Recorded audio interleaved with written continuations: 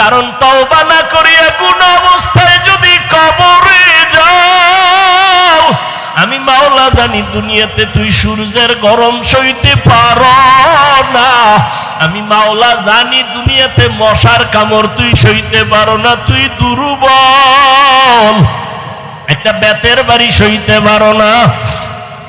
গুনাহ নিয়ে যদি কবরে পড়িয়া যাও, আমার গুনাহগারের শাস্তি কিন্তু মোটেও দেওয়া কম হবে না।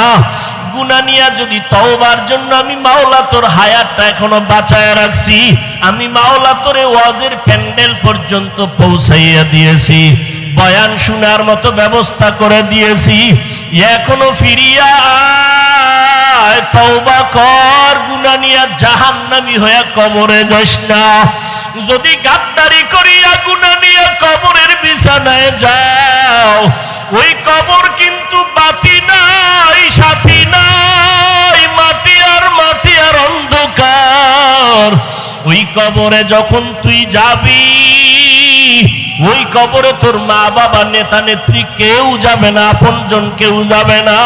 ওই কবরে গুনাহ নিয়ে যদি যাও, আরে জবাব, তিনটা প্রশ্নের জবাব যদি দিতে না পারো, সাথে সাথে কবর জাহান্নামের টুকরায় পরিণত হয়ে যাবে। কবরের ভেতরে জাহান্নামের আগুনের গরম, একটা না দুইটা না, 70 থেকে 99টা সাপের আক্রমণ। আমি আল্লাহ তখন রাগ করিয়া বলবো, কবরের মাটি এই গুনাহগার বেনামাজিরে ধর। এই বেনামাজিরে আলেম ওলামারা কত বয়ান করলো, ফিরে নাই, গুনার কথা বুঝাইছে, গুনাহ ছাড়ে নাই। ও কবরের মাটি, দুই পার্শ্ব থেকে এত জোরে জোরে চাপ দাও, এমন জোরে কবরের মাটি চাপ দিবে পাজরের হাড়গুলো চুরমার হয়ে যাবে। ও যুবক বাবারা, পাও দুইটা ধইরা বলি, চোখের বাড়ি ছেড়ে আল্লাহকে ডাক দাও। ও আসমানের মালিক, জমিনের মালিক, ও দয়ার আল্লাহ, আমরা গুনাহগার হইয়া প্যান্ডেলে ঢুকছি, গুনাহ নিয়ে বাড়ি যাইতে চাই না, গুনাহগার হইয়া কবরে যেতে চাই না রে মালিক। ওই কবরের দুই পার্শ্বের মাটির চাপ সইতে পারবো না রে আল্লাহ। ও পর্দার আড়ালের মা বোনেরা, আপনার মতো কত মা বোন মোবাইলে সময় নষ্ট করে না, নামাজ ছাড়ে না, বেপরদায় চলে না। নবী হলেন রহমাতুল লিল আলামিন, আল্লাহ হলেন জগৎ সমূহের রব, আর আমার নবী হলেন জগৎ সমূহের রহমত। রূহের জগতের জন্য নবী আমার রহমত, রহমতের নবী রহমত নিয়ে আসছেন মক্কা নগরীতে। এমন এক সময় মক্কাতে নবী আসলেন, যেই সময় মক্কার মানুষ ছিল সারা দুনিয়ার মধ্যে চরম খারাপ, চরিত্রহীন। মক্কার মানুষের মতো খারাপ এই জমিনের কোথাও এরকম খারাপ মানুষ ছিল না। মক্কার মানুষ এত খারাপ, চরিত্রের কোনো ভালাই নাই। সবাই জানে জাহেলিয়াতের পর্দায় তারা আটকানো, বাইতুল্লাহর পার্শ্বে নারী পুরুষ উলঙ্গ হয়ে যায়, তাওয়াফ করে, নারীদের পছন্দ করে না, কন্যাদের গলা টিপে হত্যা করে আপন বাবা, কন্যা হলে লজ্জা পায়, কন্যাদের পছন্দ করে না বাবা, সমাজে মাথা উঁচু করে না, লজ্জা। বর্তমানেও কিছু কুলাঙ্গার জমিনে আছে, ছেলে হলে খুশি হয়, কন্যা হলে কষ্ট পায়। রহমতের নবী আসিয়া বললেন, না, কন্যাদের সম্মান অনেক উপরে, আমি এত বড় দামি এক ব্যক্তি, রহমতের নবী, আমার একটা ছেলে নাই, আমি 4 কন্যার বাবা, আমিও নবী, 4 কন্যার বাবা। নবী দুনিয়াতে আইসা প্রত্যেকটা সেক্টরে শান্তির বাড়ি ধারা কায়েম করলেন। মক্কার মানুষগুলো এতটা খারাপ ছিল, ওই জায়গায় নবীকে পাঠাইলেন আমার আল্লাহ। চারদিকে দুশমন। আবার নবী আসার আগে আব্বাকে নিয়ে গেলেন, শিশুবেলা মাও চলে গেল।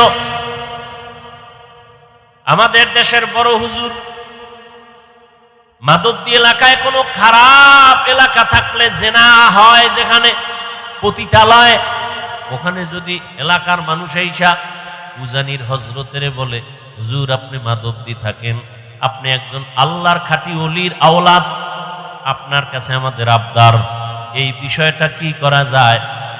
হুজুর পরামর্শ করার পরে বলবে, এই এলাকার কিছু মানুষ আগে ওখানে দেখো গিয়া কি হালাত। হুজুর যদি বলে না তুমগো যাওয়া লাগবে না, আমি যাব, সবাই বলবে না হুজুর আপনি এত বড় হুজুর, ওখানে এই পরিবেশ নাই যে আপনি যাবেন, দেখার জন্য যেতে পারবেন না, আপনি এত বড় হুজুর ওখানে যাবেন কিভাবে? হুজুর তো যাবে ভালো নিয়তে, এরপরও সবাই বাধা দিবে, ওখানে যাইয়েন না। আমরা আগে গিয়ে দেখি পরিবেশটা একটু লাইন মতো হলে আপনাকে নিই, ঠিক না? এর থেকেও খারাপ মক্কার মানুষের হালাত, চারদিকে দুশমন, আর সেই জায়গায় সৃষ্টির শ্রেষ্ঠ আদর্শের নবীকে আল্লাহ কেন পাঠাইলেন? আর মানুষগুলো এত খারাপ বা কেন হইল? আপনাদের মাধবদীর কেন্দ্রীয় মসজিদের পাশে যার বাসা, ওই মানুষটা যেই পরিমাণ উল্টা পাল্টা করবে অন্যদের তুলনায় কম, কথা ঠিক না? মসজিদের দূরের মানুষটা যেই পরিমাণ খারাপ হবে, মসজিদ মাদ্রাসার পাশের মানুষটা একটু কম খারাপ হবে, কারণ পাশে মসজিদ, ঠিক না? আতরের দোকানের তো একটা ভাব আছে না, ওখানে থাকলে তো একটু ঘ্রাণও আসবে। তাহলে মক্কার মানুষের মতো খারাপ আর কোথাও নাই, অথচ মক্কার মানুষ এত খারাপ হবে কেন? যেখানে আল্লাহর ঘর আছে,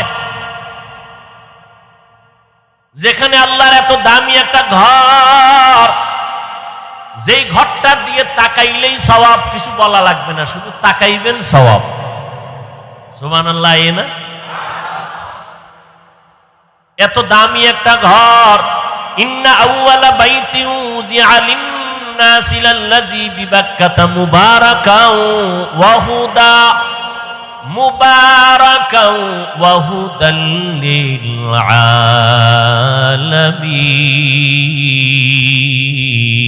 আলামিন। আল্লাহ জমিন বানায় একটা ঘর বানাইলেন, হেদায়েতের ঘর, ইবাদতের ঘর।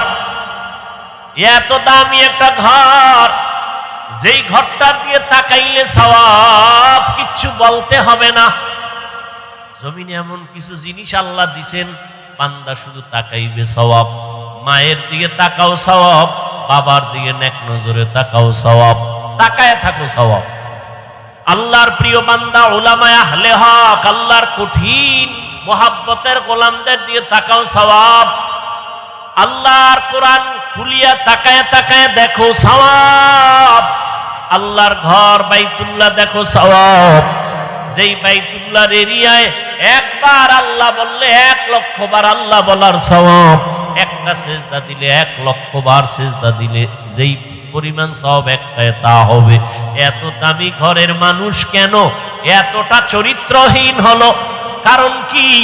অনেক লম্বা কারণের নির্যাস কথা হলো, এই মক্কার ঘর থাকার পরও মানুষের আদর্শ কেন খারাপ? এর একমাত্র জবাব, এদের মাঝে কোনো মুরব্বী নাই। ঈসা নবী চলে গেছেন, মুরব্বী হারা হয়ে গেল, অভিভাবক নাই, কোনো নবী নাই। আমার নবী আসবেন, এর মাঝখানে আর কেউ নাই।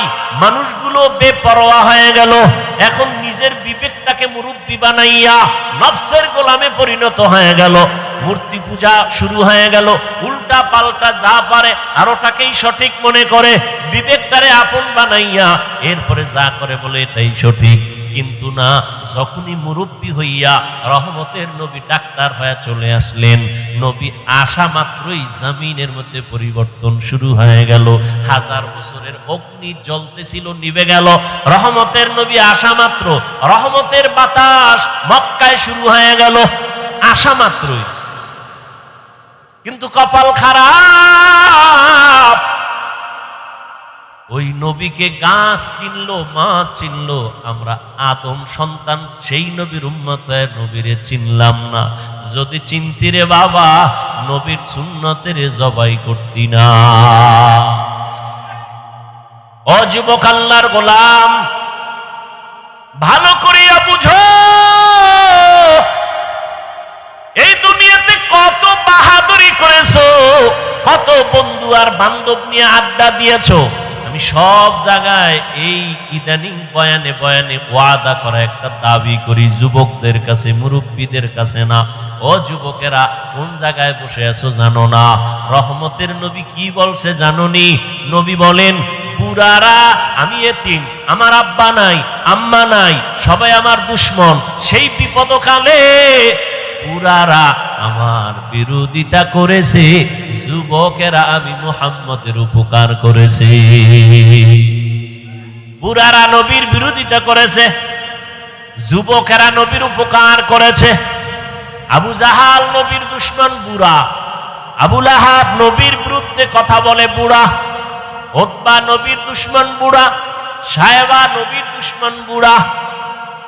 আর নবীর যত আপন সব যুবক, 7 বছর থেকে 11 বছরের বান্দা। হযরতে আলী নবীর হাতে হাত লাগায় কালেমা বললেন 7 থেকে 11 বছরের মধ্যে। হযরত আলী এতদিন ছিল নবীর চাচাতো ভাই, এখন হলেন সাহাবী, কিছুদিন পরে হবেন জামাতা। আলী বুড়া না যুবক? নবীর কাছে আইসা সহযোগিতার জন্য দাঁড়ায় গেলেন। নবীজি কলিজা দিয়া দোয়া করলেন, আনা দারুল হিকমাহ ওয়া আলিয়ুন বাবুহা, আমি মুহাম্মদ ইলম ও হিকমতের ঘর, আর এই ইলমের ঘরের দরওয়াজা আমার আলী। নবী এমন দোয়া দিলেন, সাথে সাথে কবুল হয়ে গেল। আল্লাহ হযরত আলীকে এই পরিমাণ ইলম দান করেছেন। হযরত আলী বলেন, ও দুনিয়ার যুবকেরা শুনো, ইলমের দাম কত? মান আল্লামানি হরফান ইনশাআ বাআ ওয়া ইনশাআ আতাকা, আমাকে একটা অক্ষর যিনি শিখাইছেন তার মূল্য তো এত বেশি আমার কাছে, চাইলে ওই শিক্ষক আমাকে গোলাম বানাইয়াও রাখতে পারবেন, বিক্রিও করে দিতে পারবেন, তার অধিকার এত বেশি, আর আমি তার কাছে এতটাই দুর্বল।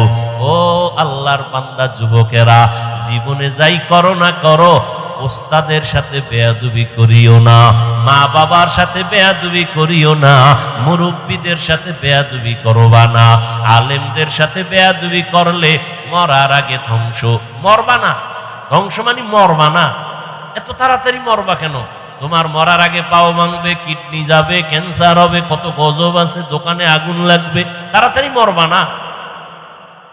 আলেমদের সাথে বেয়াদবি করলে পরিণাম ফলটা মরার পরে না আগে? বলো। মা বাবার সাথে বেয়াদবির পরিণাম ফল মরার আগে না পরে? قال النبي صلى الله عليه وآله وسلم اثنان يعجلهما الله في الدنيا البغي وعقوق الوالدين। রহমতের নবী বলেন, দুইটা অপরাধ আছে যা করলে শাস্তি হবে মরার আগে। কয়টা? নাম জুলুম। বলো। 1 নম্বর অপরাধের নাম জুলুমের বিচার মরার পরে না আগে। দ্বিতীয় অপরাধের নাম মা বাবার সাথে বেয়াদবি। মা বাবার সাথে বেয়াদবি করলে বিচার মরার পরে না আগে। বুঝো কিন্তু ভালো করে, খবরদার। জুলুম আবার 3 প্রকার। আল্লাহর সাথে জুলুম, নিজের সাথে জুলুম, অন্যের সাথে জুলুম। আল্লাহর সাথে জুলুমের নাম শিরিক। ইন্নাশ শিরকা লা যুলমুন আযীম। আল্লাহর সাথে শিরিক করা হলো বড় জুলুম। ও আল্লাহ, আমাদেরকে জুলুম থেকে, শিরিকের গুনাহ থেকে আমাদের ঈমান ও আমলকে হেফাজত করে। নিজের সাথে জুলুম করা, অন্যের সাথে জুলুম করা। নিজের সাথে জুলুমের এক অর্থ, আমার হাতের সাথে জুলুম, চোখের সাথে জুলুম, কানের সাথে জুলুম, জবানের সাথে জুলুম, অন্তরের সাথে জুলুম। আল্লাহ হাত যেই কাজের জন্য বানাইছেন, ওই কাজে হাত ব্যবহার না করা হাতের জুলুম। আল্লাহ চোখ যেই কাজের জন্য বানাইছেন, চোখ ওই কাজে ব্যবহার না করা চোখের জুলুম। আল্লাহ জবানটা যেই কাজের জন্য দিছেন, জবানটা ওই কাজে ব্যবহার না করা জবানের জুলুম। এরে আল্লাহর বান্দা, এটা নিজের সাথে জুলুম। নিজের সাথে জুলুমের আর এক ব্যাখ্যা হলো, আমার আহাল অধীনস্থ যারা, আমার সন্তান আমি বাবা, সন্তান আমার আহাল, আমি স্বামী, স্ত্রী আমার আহাল, আমি মুসল্লি, মসজিদের খতিব, মুসল্লি আমার আহাল, আমি মাদ্রাসার শিক্ষক, ছাত্র আমার আহাল। আহালের উপরে জুলুম করা বিচার হবে মরার আগেই। শিক্ষক হয়ে ছাত্রের উপরে জুলুম, বিচার মরার আগে। মা হইয়া বাবা হইয়া সন্তানের উপরে জুলুম, সন্তান হয়ে মা বাবার উপরে জুলুম, মরার আগে বিচার। শিক্ষক হয়ে ছাত্রের উপরে জুলুম, মরার আগেই বিচার হবে। ছাত্র হয়ে শিক্ষকের সাথে জুলুম, আর এটা কেমন জুলুম? এটা কেমন জুলুম? আল্লাহর সাথে জুলুম করছো, আল্লাহ চাইলে ক্ষমা দিয়া দিবেন, কিন্তু না পান্দার সাথে যদি করো, ওস্তাদের সাথে শিক্ষকের সাথে যদি করো, মা বাবার সাথে করো, আল্লাহ ক্ষমা দিবেন না মা বাবা ওস্তাদ ক্ষমা না দেওয়া পর্যন্ত। কারণ এটা হলো বান্দার হক। বান্দা ক্ষমা না দেওয়া পর্যন্ত আল্লাহ ক্ষমা দিবেন না। শিক্ষকের সাথে বেয়াদবির বিচারটা মরার পরে না আগে? আল্লাহ মাপ দিবেন না আগে? শিক্ষক মাপ দিতে হবে, না হয় আল্লাহ দিবেন না। লিকুল্লি শাইইন জিনাতুন ফিল ওয়ারা ওয়া জিনাতুল মারই তামামিল আদাবি আজ খোদা কা হিমে তৌফিক আদব বেআদব মাহরুমে গাশত আজ ফজলে রব। এরে আল্লাহর বান্দারা, প্রত্যেকটা জিনিসের একটা সৌন্দর্য আছে। মানুষের সৌন্দর্য হলো আদবের ভেতরে। আপনি শিক্ষিত অনেক, আপনার টাকার অভাব নাই, শিক্ষার অভাব নাই, কিন্তু আদব নাই, কারো কাছে কোনো দাম নাই। কিন্তু আপনার শিক্ষা অল্প, কারিগর দুর্বল, টাকা পয়সা তেমন নাই, কিন্তু আপনি বিনয়ী, নম্র, ভদ্র, সবাই আপনাকে মোহাব্বত করবে, শ্রদ্ধা করবে। এটা আল্লাহর রাসূলের কথা। মান তাওয়াযা লিল্লাহ রাফাআহুল্লাহ, যে নিজেকে আল্লাহর সন্তুষ্টির জন্য ছোট মনে করে চলবে, আল্লাহ তার মর্যাদা দিন দিন বাড়ায় দিবে। এরে আল্লাহর বান্দারা, উলামায়ে কেরামদের সংস্রব আর সোহবত ছাড়া নাজাতের আর কোনো রাস্তা খোলা নাই। মক্কার মানুষ খারাপ কেন মনে আসেনি? কি নাই? এই বেটা লিখে রাখ, কথা কম বলতে চাই আর বড় এসে যায়, কি করার। এই যারা মুরব্বীদের ব্যাপারে, আলেমদের ব্যাপারে, বড়দের ব্যাপারে ফেসবুকে উল্টা পাল্টা লেখে, আল্লাহর কসম বেয়াদবিমূলক যারা লেখালেখি করে, আলেমদের সম্মান নষ্ট করার ষড়যন্ত্র করে লেখার মাধ্যমে ফেসবুকে আর ইউটিউবে, খোঁজ নিয়ে দেখ একটারও মুরব্বী নাই, একজনও মুরব্বী মানে না। আর যে মুরব্বী মানে না সে বেয়াদব। সে কি? চূড়ান্ত বেয়াদব। বেয়াদব মানে তার চলা ফেরা কোনোটাই ব্যালেন্স থাকে না। মুরব্বী থাকলে পেছন দিক দিয়ে টান দিবে, এই অন্যায় করছো কেন, তওবা কর।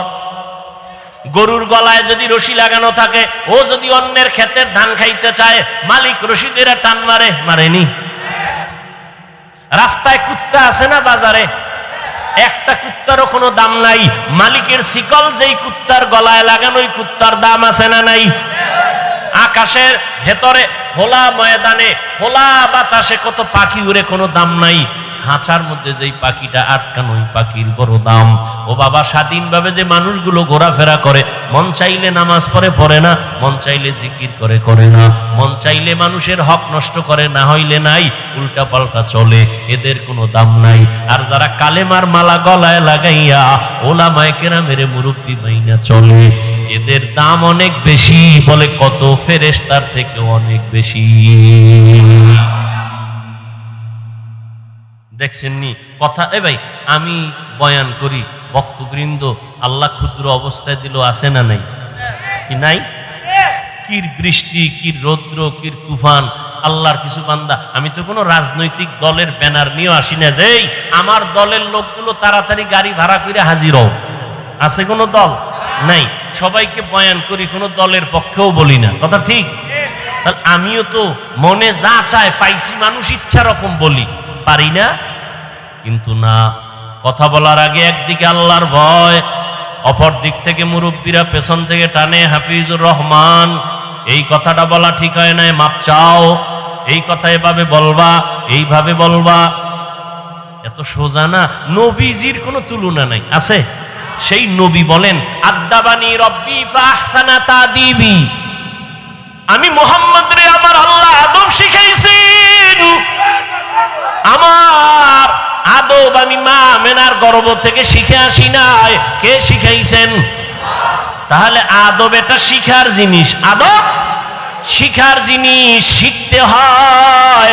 নবী বলেন আমাকে আল্লাহ আদব শিখাইছেন।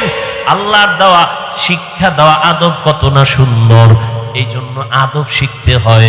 আদব কার থেকে শিখবে? একজন কয় বেয়াদব থেকে আদব শিখে নাও। আদবের সহজ তর্জমা হলো সুন্নাত অনুযায়ী চলো। আদবের অর্থ কি? সুন্নাত অনুযায়ী চলেন। আপনি জুতা পরবেন, আদব কি? সুন্নত যেটা, এটাই আদব। মসজিদে ঢুকবেন কোন পা দিয়া? ডান পা দিয়া, এটাই সুন্নত, এটাই আদব। বুঝেন না কথা? আদব এটাই সুন্নত। বের হবেন কোন পা দিয়া? বাম পা দিয়া।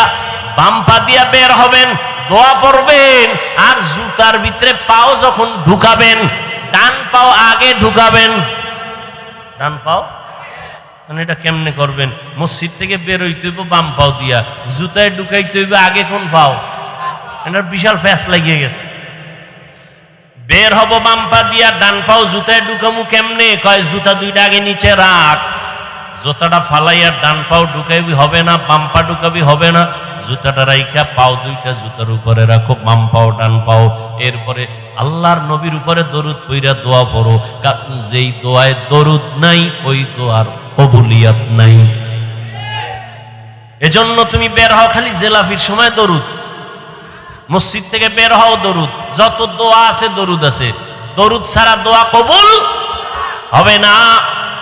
বের হইছো বাম পা দিয়া, বাম জুতার উপরে রাখো পা, রাখার পরে ডান পা বের করে ডান জুতার উপরে রাইখা এরপরে ডান পাও জুতায় ঢুকাও, আর দোয়া পড়ো বিসমিল্লাহি ওয়াসসালাতু ওয়াসসালামু আলা রাসূলিল্লাহ আল্লাহুম্মা ইন্নী আসআলুকা মিন ফাদলিক। এখানে শেষ না, এবার ডান পাও ঢুকছে নি, কথা কেন? এরপরে কোন পাও ঢুকবে? এবার দোনো পাও ঢুকছে নি, দৌড় দিস না, দাঁড়া। আদব হইল সুন্নত হলো ডান পাও দিয়া কদম শুরু করবি। বাম পা না ডান পা? এই সুন্নত না মানলে সুন্নি। হ্যাঁ, সুন্নতের খবর নাই সুন্নি। জিंदगी में बंदगी तू करना है, जिंदगी में बंदगी तू करना है, जिंदगी पे बंदगी शर्मिंदा है, जिंदगी पे बंदगी शर्मिंदा है। যুবক ভাইরা একটু বসবানি, অধিক চাওকা তোমরা কও না যুবকেরা বসবা না যাবা গা আগি? এই যুবকরা কথা কও, বসবানি না চলে যাবা? হ্যাঁ, আল্লাহ সবাইকে কবুল করে। আমি সবসময় যুবকদের পক্ষেই কথা বলি না। আল্লাহ যুবকদের কবুল করুন। যুবক ঠিক, সমাজ ঠিক, ঠিক নি? আর যুবকের ঠিক করার জন্য ওলামায়ে কেরাম লাগবে, কথা ঠিক না? এজন্য ওলামায়ে কেরাম ঠিক, যুবক ঠিক, যুবক ঠিক, সমাজ ঠিক, সমাজ ঠিক, দেশ ঠিক। আল্লাহ সবাইকে কবুল করেন। दुनिया में हो दुनिया का तलबगार ना हो। এই যুবক ভাল লাগেনি? একতারা হইলে মজা হইতো না? তোরা তো আবার একতারা ছাড়া ভাল লাগে না। এক যুবক মোবাইলে হিন্দি গান শুনে, বাংলা শুনে না, না পাকিস্তানের রাজাকার, এজন্য হিন্দি শুনে। শুনে তো শুনে আবার লাফায়। কেউ যুবক লাফাও কেন? কয় নাচি। কেন? কয় গান শুই না। কয় অর্থ জানো নি? আব্বাও জানে না, আমিও জানি না। তো লাফাও কেন? কয় মজা লাগে। কি লাগে? এখন সেই মজার গানও নাই। এখন যে আমরা গজল বলি, এও গানের সেই আগের সুর হয়ে গেছে। মানুষের গজল গাইতাম আগে, ছোটবেলা শুনতাম কলিজার টুকরা আইনুদ্দিন আল আজাদ, এরকম বহু শিল্পীদের আল্লাহর বান্দারা গজল গাইতেন, নাত হামদে বারি তাআলা পড়তেন, কলিজা ঠান্ডা হতো। কবরের আযাবের গজল শুনতাম, চোখের পানি পড়ত। আর এখন একতারা না বাজাইলেও গান এমন ধাক্কা লাগে মনে হয় যেন একতারার সাথে মিলে যায়। আল্লাহ হেদায়েত দান করুন। অলিপুরি সাহেবের একটা বয়ান সেদিন শুনলাম, তিনি বলছেন ইসলামী সঙ্গীত বলা জায়েজ নাই, সঙ্গীত শব্দ ইসলামের বেলায় ব্যবহার নিষেধ। ভাইরা আমার, দোয়া করি অলিপুরি সাহেবের জন্য, আরো যারা এই ময়দানে খেদমত করছেন, যাদেরকে বাতিলরা নাম শুনলে ভয় পাইতো, আল্লাহ পাক যাদের নিয়ে গেছেন তাদের জান্নাতে মাকাম বাড়ায় দেন। যারা এখনো আছেন আল্লাহ তাদের হায়াতে বরকত দান করেন, সুস্থতার নিয়ামত আল্লাহ বাড়ায় দেন। এই আমরা হুজুরেরা কিন্তু এক, তোমরা মাদক দিবইয়া কিলাকিলি করো কেন? তুমি যদিও দেখো টুপি আলাদা, কিন্তু অন্তর এক। অন্তর কি এক? খবরদার, তুমি শরবতের মধ্যে যত রং দেখো, কোন শরবত লাল, কোন শরবত হলুদ, কোনটা একটু সবুজ আছে না নাই, সবগুলোই কিন্তু শরবত। আমরা আলেমরা যেই লাইনে হই না কেন, এক জায়গায় দেখা হইলে বুকে বুক লাগাই, দাওয়াত দিয়ে আসেন, এক জায়গায় এক প্লেটে খাই, তখন কিন্তু মায়ার এক টার্গেট হয়ে যায়। আমরা যে লাইনের হই, আমরা সবাই নবীর ওয়ারিস, আমরা উলামা। তুমি মাদক দিব কিলাকিলি কইরা তোমার ক্ষতি করে লাভ কি রে বাবা? না, এ দূরত্ব বন্ধ করো, কলিজা দিয়া দোয়া করো। আলেম দেখলে দোয়া নিও, দোয়া নিও, দেখলে সালাম দিও, দোয়া নিও। কার দোয়া কখন তোমার কপালে লেগে যাবে বলা যায় না। এরে যুবক, আল্লাহর মোহাব্বত অন্তরে জমা করে নাও, দুনিয়া পিছে ফেলে দাও। ও আল্লাহর বান্দারা, সার্টিফিকেট না থাকলে না খায় মরবা, এই কথা সম্পূর্ণ মিথ্যা। রিজিকের মালিক চাকরি না, সার্টিফিকেট না, একমাত্র আল্লাহ। दुनिया में हो दुनिया का तलबगार न हो, बाजार से गुजर हो खरीदार न हो। ये दुनिया एक मिसल कागज फूल है, ये दुनिया एक मिसल कागज फूल है। जिंदगी में बंदगी तू करना है, जिंदगी में बंदगी तू करना है। जिंदगी बे बंदगी शर्मिंदा है, जिंदगी बे बंदगी शर्मिंदा है। ও যুবক আল্লাহর গোলাম, অনুনয় বিনয়ের সাথে বলছি বাবা, তোমাকে আমি বারবার আলেমের দিকে ফোকাস করতেছি, তার মানে তুমি আমার মতো হুজুর হইয়া যাও এটা বলি নাই। আমার মতো তসবিহ লাগাও, পাগড়ি মাথায় লাগাও বলি নাই। ভয় পাইও না রে যুবক, কোনো ভয় নাই। তোমাকে আমি এতক্ষণ চিল্লায় যে বয়ান করলাম, এত কষ্ট জমিনের মধ্যে কথা বলার মতো কষ্ট আর কিছুই নাই। আবার সেটা যদি হয় দীর্ঘ টাইম, আবার যদি হয় চোখ বন্ধ করে মুখস্থ, আবার সেটা যদি হয় হরেক ধরনের মানুষের সামনে, কত ঝামেলা। এর মধ্যে যদি আবার টাইম মতো ঘুম না হয়, খানা না হয়, কতটা মাথা পেরেশান।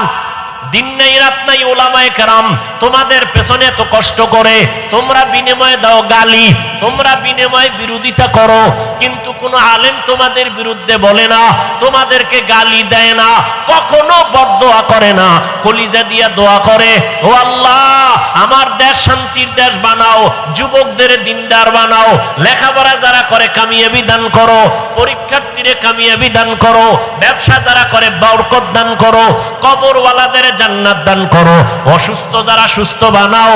ও আল্লাহর বান্দারা, এই জন্য আমি কসম করে বলি, কথাটা লিখে রাখ, এবং পারলে 200, 300, 400, 500 টাকা দিয়া পেস্টুন বানাইয়া মাধবদীর রাস্তার মোড়ে মোড়ে টানায় দিবি।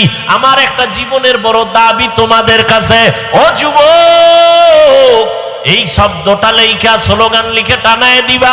সেটা হলো আল্লাহর কসম করে গ্যারান্টি দিয়া বলে গেলাম, আল্লাহর কসম একবার, আল্লাহর কসম দুইবার, আল্লাহর কসম তিনবার, ওয়াল্লাহি বিল্লাহি তাল্লাহি, জীবনে যত বন্ধু পাইছো যুবকেরা, যত বান্ধবী পেয়েছো, আল্লাহর কসম সব তোদের বন্ধু ধান্দাবাজ,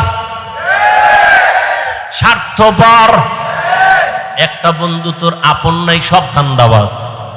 তুই নেতার পেছনে দৌড়াও, নেত্রীর পেছনে দৌড়াও, এরা যে কত ধান্দাবাজ। উল্টা পাল্টা স্বার্থে আঘাত লাগলে শুধু দল থেকেই নাম কাটবে না, কল্লা কেটে দিবে, ঠিক? কিন্তু আলেমেরে এত গালি দেও, একজন আলেমও তোর গালির জবাব দেয় না, বরং দেখলে হাসি মুখে কথা কয়, বুকে লাগায় সালাম দেয়। সবাই চায় বান্দা তুই দিনের পথে চলবি, ভালো ডাক্তার হওয়া, তোর হুজুর হওয়া লাগবে না। হুজুর বাইরে গেছে, হুজুর হওয়ার দরকার নাই। তুমি স্কুলে পড়ো, কলেজে পড়ো, চাকরি করো, ও আল্লাহর বান্দা তুমি ওই লাইনে থাইকে একজন ভালো ডাক্তার হও, ইঞ্জিনিয়ার হও, একজন প্রফেসর হও, কোনো বাধা নাই রে বাবা। ভালো করে বুঝো, দুনিয়াতে যত বন্ধু আছে, একজনে দাঁড়ায় কি বলতে পারবি, সাহস আছে যে অমুক একটা বন্ধু পাইছি, নিরেট কোনো স্বার্থ নাই, ধান্দা নাই? আছে? ওরে বাস খুঁজতে খুঁজতে পাবি কারে? আম্মা জান রে পাবি, আমার মা, আমার বাবা। কিন্তু সোনার বাংলায় তাও উল্টায় গেল। কত মা বাবা স্বার্থের টানে মাধবদী থানায় মামলা করে না, করে না? কত মা বাবা স্বার্থের টানে সন্তানের জবাই করে। এজন্য ফাইনাল কথা, স্থায়ী কথা, তিনবার কসম করে বলে গেলাম, তোদের জীবনের এ টু জেড, তোদের কলিজার আপন বন্ধু, নিঃস্বার্থ বন্ধু, একমাত্র শুধুমাত্র কেবলমাত্র উলামায়ে আহলে হক।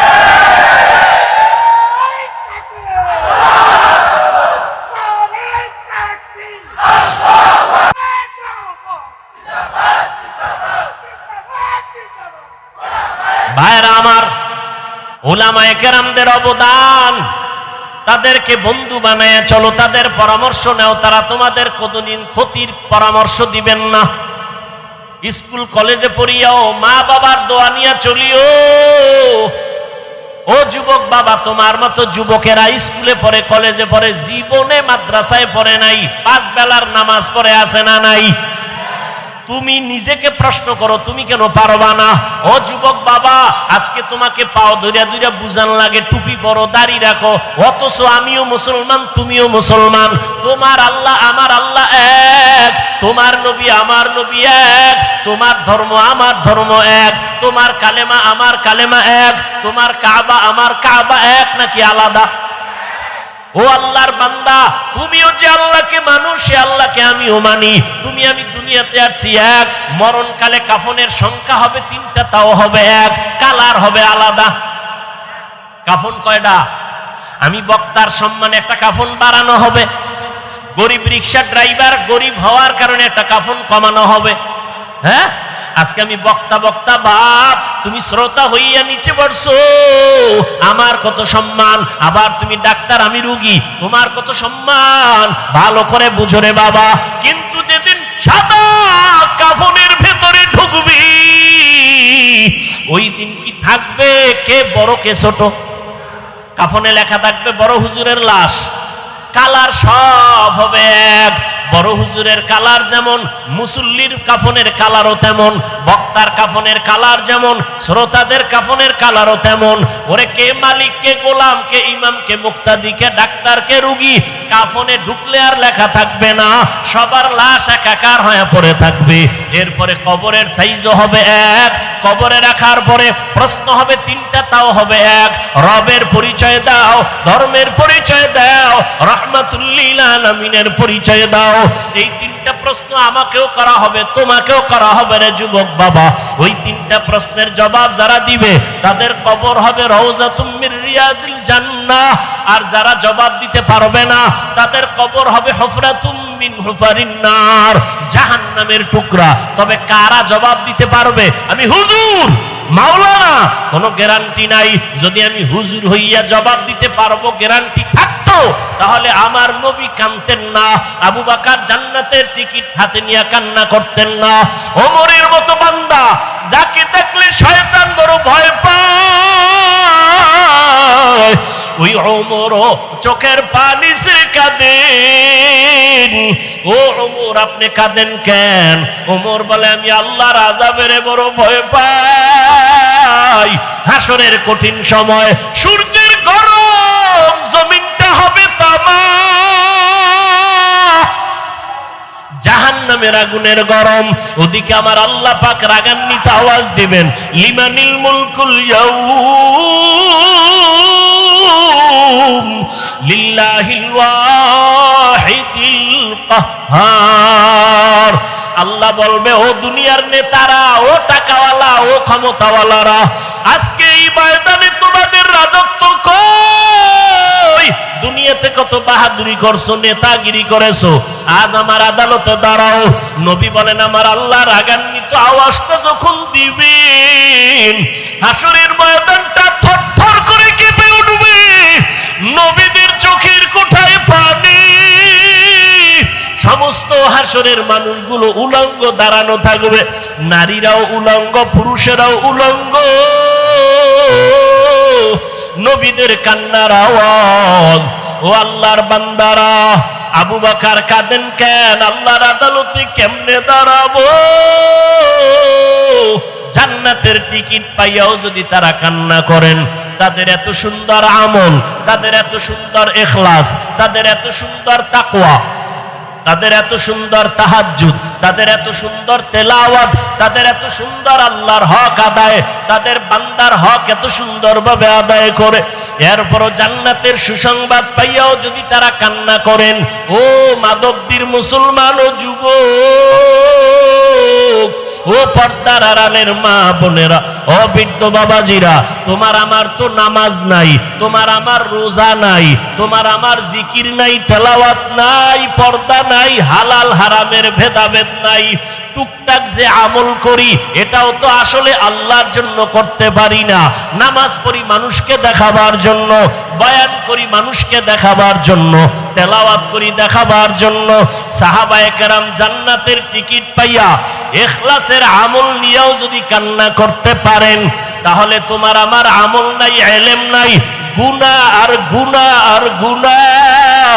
চোখ দুইটা বন্ধ করে একটু তাকাও, জীবনে হাতের দ্বারা কত গুনাহ করেছো রে বাবা। চোখ বন্ধ করে একটু দেখো, এই বয়সের চোখের দ্বারা কত গুনাহ করেছো।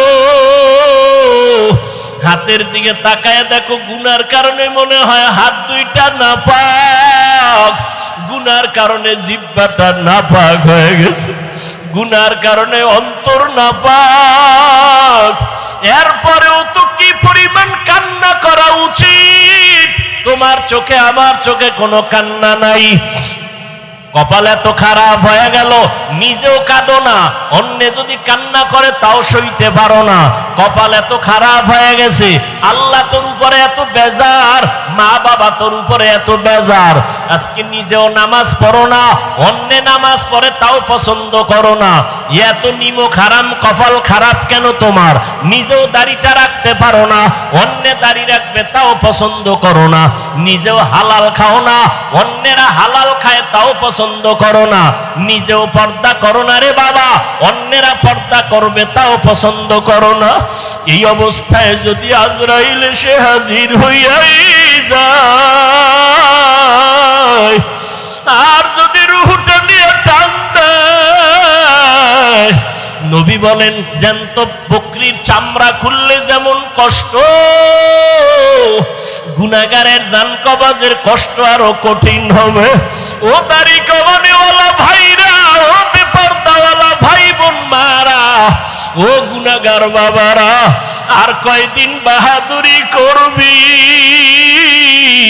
এই ছাত্র জনতার আন্দোলনে কত যুবকের লাশ চলে গেল। ওরে বাবা, তুমি আগামী বছর বাঁচার কোনো গ্যারান্টি নাই। এখনো সময় আছে, যদি তওবা করে আমার আল্লাহকে ডাক দাও, দাওয়ার মালিক এই ময়দানে আমার মতো গুনাহগার কেউ নাই। আমার গুনার খবর আমার মা বাবা ভাই বোন স্ত্রী পুত্র কেউ জানে না। যদি আমার অপরাধের খবর আমার স্ত্রী জানতো, আমারে ঘরে ঢুকতে দিত না, আমাকে স্বামী বলে গ্রহণ করত না। আমার অন্যায়ের খবর যদি মা বাবা জানতো, সন্তান বলে পরিচয় দিত না। আমার অপরাধের খবর যদি আমার ভাই জানতো, ভাই বলে পরিচয় দিত না। আমার মাওলা যে কত দয়ার মালিক। আল্লাহ কইরে গোলাম, আমি তোরে বড় আদর করে বানাইছি। আমার কোনো ছেলে নাই মেয়ে নাই, আমি তোরে মোহাব্বত করে বানাইছি। আমি আল্লাহ তোরে কত নেয়ামত দিলাম। আমার দেওয়া নেয়ামতের পানি, আমার দেওয়া বাতাস, আমার দেওয়া সূর্যের আলো চাঁদের আলো ভোগ করো বান্দা। আমার দেওয়া কত নেয়ামত তোরে দিলাম, এগুলো খাইয়া যদি নাফরমানি করো, গুনাহ তো কম করো নাই। আমি আল্লাহ জানি তুই কোন রাতে কখন কোথায় কি পরিমাণ গুনাহ করেছো, অন্ধকারে কি গুনাহ করেছো আমি জানি। দুনিয়ার কেউ না জানলেও আমি মাওলায় জানি। হাতের দ্বারা কয়টা গুনাহ করছো কেউ না জানলে আমি আল্লাহ জানি। চোখের দ্বারা কয়টা গুনাহ করেছো কেউ না জানলেও আল্লাহ বলে আমি জানি। এরপর আমি রাগ করিয়া পানি বন্ধ করি নাই, বাতাস বন্ধ করি নাই। তোর অন্যায় দেখার পরও আমি তোরে ঘুমের ঘরে পারতাম মেরে ফেলতে, মারি নাই। আমি আল্লাহ তোরে বাঁচাইয়া রাখছি, কারণ আমি আল্লাহ চাই না তুই গুনাহ নিয়ে কবরে যাবি। আমি আল্লাহ চাই তুই তওবা কর, ফিরিয়া আয়। কারণ তওবা না করিয়া গুনাহ অবস্থায় যদি কবরে যাও, আমি মাওলা জানি দুনিয়াতে তুই সূর্যের গরম সইতে পারো না। আমি মাওলা জানি দুনিয়াতে মশার কামড় তুই সইতে পারো না, তুই দুর্বল। একটা বেতের বাড়ি সইতে পারো না। গুনাহ নিয়ে যদি কবরে পড়িয়া যাও, আমার গুনাহগারের শাস্তি কিন্তু মোটেও দেওয়া কম হবে না। গুনাহ নিয়া যদি তওবার জন্য আমি মাওলা তোর হায়াতটা এখনো বাঁচায় রাখছি। আমি মাওলা তোরে ওয়াজের প্যান্ডেল পর্যন্ত পৌঁছাইয়া দিয়েছি, বয়ান শোনার মতো ব্যবস্থা করে দিয়েছি। এখনো ফিরিয়া আয়, তওবা কর, গুনাহ নিয়া জাহান্নামী হয়ে কবরে যাস না। ও আল্লাহর বান্দারা, খাঁটি মনে তওবা করো, আর নামাজ ছাড়বা না, দাড়ি কাটবা না, বেপরদায় চলবা না, মা বাবাকে কষ্ট দিবা না, ওলামায়ে কেরামের বিরুদ্ধে যাবা না, নবীর তরিকা মানিয়া চলবা। আল্লাহর কাছে কাঁদো আর বলো, আল্লাহ তওবাওয়ালা জিন্দেগি দান করেন। আয় আল্লাহ, গুনাহের প্রতি ঘৃণা জমায়া দেন। ও আল্লাহ, কুদরতের নজর দিয়ে একটু মাঠের দিকে তাকাইয়া দেখেন, আপনার গোলামেরা কি চায় আমি জানি না, আপনি ভালো জানেন। একজনকেও খালি হাতে ফিরাইয়া দিয়েন না রে আল্লাহ। হেদায়াতের আলো দিয়া সিনাটা কবুল করে নেন, ওলামায়ে কেরামের বন্ধু বানায় দেন। আয় আল্লাহ, ময়দানকে আপনি কবুল করে নেন। আহলে সুন্নাতুল জামাতের ব্যানার হেদায়াতের জরিয়া বানায় দেন। আলহামদুলিল্লাহি রাব্বিল আলামিন, والصلاة والسلام على سيد الأنبياء والمرسلين وعلى آله وأصحابه أجمعين يا أرحم الراحمين يا أرحم الراحمين يا أرحم الراحمين رب ارحمهما كما ربياني صغيرا وما হারা বাবা হারা ইতিম, ও এতিম সন্তানেরা অসহায়, যারা বাবা বলিয়া ডাক দিতে পারো না, মা বলে ডাক দিতে পারো না, মা বাবার জন্য চোখের পানি ছাড়িয়ে একটু কাঁদো আর কলিজা ভরে দোয়া করো, রব্বির হামহুমা কামা রব্বায়ানি সগীরা, রব্বির হামহুমা كما ربياني صغيرا اللهم إنك عفو كريم تحب العفو فاعف عنا اللهم إنا نسألك رضاك والجنة ونعوذ بك من سخطك والنار اللهم إنا نعوذ بك من البرص والجنون والجذام وسيء الأسقام ও দয়ার মালিক কুদরতের নজর দিয়া তাকায়া দেখেন কত উলামায়ে কেরামরা হাজী হাজির কত মুরব্বী হাজী সাহেব ব্যবসায়ী চাকরিজীবীরা হাজির আমার কলিজার যুবক ছাত্র ভাইরা হাজির পর্দার আড়ালে কত মা বোনেরা হাত তুলেছেন ও আল্লাহ এরা টাকা হারাইয়া কাঁদে না বাড়ি হারাইয়া কাঁদে না ও আল্লাহ এরা কি যেন হারাইয়া কান্না করতেছেন ও আল্লাহ মনে হয় এরা আপনাকে হারিয়ে ফেলেছে হেদায়েতের রাস্তা হারাইছি আমার নবীজির হারাইছি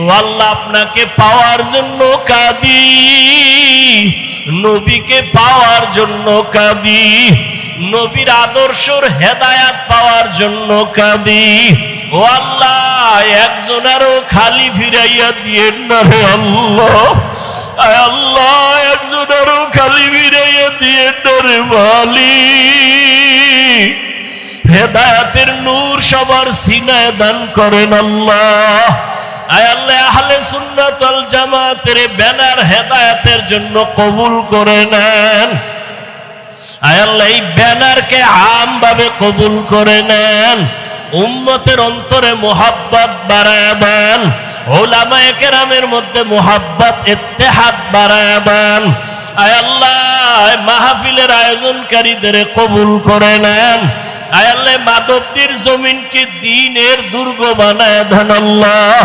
ইসলামের জন্য কবুল করে নেন সারা দুনিয়াবাসীকে মাফ করে দেন মুসলমানের ইসলাম ঈমানের হেফাজত করেন আল্লাহ বাংলাদেশ শান্তির দেশ বানায় দেন আয় আল্লাহ প্রত্যেকের পরিবার নিয়ে শান্তিতে বসবাসের তৌফিক দান করেন আয় আল্লাহ ছাত্র জনতার আন্দোলনে যারা শহীদ আমার কলিজার ভাই আবু সাঈদ ও মুগ্ধ সহ যারা দুনিয়া থেকে চলে গেলেন আয় আল্লাহ শাহাদাতের মর্যাদা দিয়া জান্নাত দান করেন আল্লাহ তাদের পরিবারে শান্তি দান করেন আল্লাহ আয় আল্লাহ এই দেশে যেন ইসলামের বিদ্বেষী কোনো আইন পাশ না করতে পারে আমাদের মুসলমান স্বাধীনভাবে ইসলাম নিয়ে চলার তৌফিক দান করেন আয় আল্লাহ নবীর সুন্নাতওয়ালা জিন্দেগি সমাজে রাষ্ট্রে কায়েমের ব্যবস্থা করে দেন আল্লাহ ঘরে ঘরে সুন্নতের আমল জারি করে দেন মা বোনদের আবেদা বানায় দেন পর্দানিশী বানায় দেন সন্তানগুলো নেককার বানায় দেন আয় আল্লাহ আমার কলিজার যুবক পাঁচ ওয়াক্ত নামাজি বানায় দেন কোরআন পড়নেওয়ালা বানায় দেন মোবাইলের গুনাহের থেকে হেফাজত করেন আল্লাহ মোবাইলের গুনাহের থেকে হেফাজত করেন আল্লাহ মোবাইলের গুনাহের থেকে হেফাজত দান করেন আল্লাহ মসজিদ মাদ্রাসাগুলো কবুল করে নেন উলামায়ে কেরামদের কবুল করে নেন তালিবুল ইলমদের কবুল করে নেন অন্যান্য শিক্ষা প্রতিষ্ঠান নবীর আদর্শে কবুল করে নেন আমার কোমলমতি শিক্ষার্থীদের চরিত্র ধ্বংসের যদি কোনো ষড়যন্ত্র চলে এর থেকে হেফাজত করেন আয় আল্লাহ আদবওয়ালা বিনয়ী জিন্দেগি দান করেন আয় আল্লাহ খায়রুল কবির খোকন সাহেব দোয়া চেয়েছেন আয় আল্লাহ তাকে আপনি দ্বীনের খাদেম হিসেবে কবুল করে নেন আয় আল্লাহ তাআলা প্রত্যেকের মধ্যে দ্বীনের মুহাব্বত বাড়ায় দেন আয় আল্লাহ উলামায়ে আহলে হকের এক বানায় দেন বাতিলের মোকাবেলায় বিজয় দান করেন আল্লাহ রিয়া হাসাদ কিবির দূর করে ইখলাস দান করেন আয় আল্লাহ উলামা তোলাবা উম্মতের অন্তরে মুহাব্বত বাড়ায় দেন। প্রত্যেকটা দিনের কাজ ময়দানে ভরপুর কামিয়াবির ব্যবস্থা করে দেন আল্লাহ। আয় আল্লাহ সারা দুনিয়ায় খেদমতের জন্য কবুল করে নেন। নবীজির রওজায় গিয়া সালাম দেওয়ার তৌফিক দান করেন। বাইতুল্লাহর গিলাফ ধরে লাব্বাইক লাব্বাইক বলে হাজিরা দেওয়ার তৌফিক দান করেন। আয় আল্লাহ মিথ্যা মামলায় জড়িত যারা মুক্তির ব্যবস্থা করে দেন। মিথ্যা মামলা যারা দেয় তাদের হেদায়েত দান করেন। আয় আল্লাহ একে অপরের বন্ধু বানিয়ে দেন, দুশ্মনী দূর করে দেন, জাহিরি বাতিনি দুশ্মন থেকে হেফাজত করেন আল্লাহ। মুখালিফের মুওয়াফিক বানিয়ে দেন, চলার পথে হেফাজত করেন আল্লাহ। আমাদের জান মাল আহাল পরিবার হেফাজত করেন আল্লাহ। পেরেশানি দূর করে দেন, আদবালা বিনয়ী জিন্দেগি দান করেন, তাকওয়াওয়ালা জিন্দেগি দান করেন। আয় আল্লাহ সাবিরিন শাকিরিন জাকিরিনদের অন্তর্ভুক্ত বানায় দেন। আমরা যারা হাত তুলেছি, যাদের মা নাই বাবা নাই, কবর থেকে দোয়া চাই। আয় আল্লাহ মেহেরবানি করে সবার জান্নাতের ফয়সালা করে দেন। আম্বিয়ায়ে কেরাম, সাহাবায়ে কেরাম, শুহাদায়ে কেরাম, আউলিয়ায়ে কেরাম, আসাতেজায়ে কেরামদের মাকাম জান্নাতে বাড়ায় দেন। আয় আল্লাহ আমার কলিজার যুবকদের দিনের খাদেম বানায় দেন। আয় আল্লাহ মেহেরবানি করে গুনাহের প্রতি ঘৃণা জমায় দেন। সমস্ত নেক আমলগুলো যথা সময়ে ইখলাসের সাথে করার তৌফিক দান করেন। আয় আল্লাহ নামাজ কাজা হওয়া থেকে আমাদের হেফাজত করেন আল্লাহ। বেশি বেশি তেলাওয়াত করার তৌফিক দান করেন আল্লাহ। আয় আল্লাহ আমাদের পরস্পরে মুহাব্বত বাড়ায় দেন। আয় আল্লাহ বাংলাদেশ শান্তির জন্য যা প্রয়োজন কুদরতের দ্বারা ব্যবস্থা করে দেন। নবীজির মুহাব্বতে আমাদের দিলের নেক আশা পূরণ করে দেন। আমাদের দোয়া মুনাজাত নবীজির মুহাব্বতে কবুল করে নেন। হাসবুনাল্লাহু ওয়া নি'মাল ওয়াকিল, নি'মাল মাওলা ওয়া নি'মান নাসির। ওয়া সাল্লাল্লাহু তাআলা আলা খাইরি খালকিহি মুহাম্মাদ ওয়া আলিহি ওয়া আসহাবিহি আজমাইন। আমিন আমিন আমিন বিরহমাতিকা ইয়া আরহামার রাহিমিন।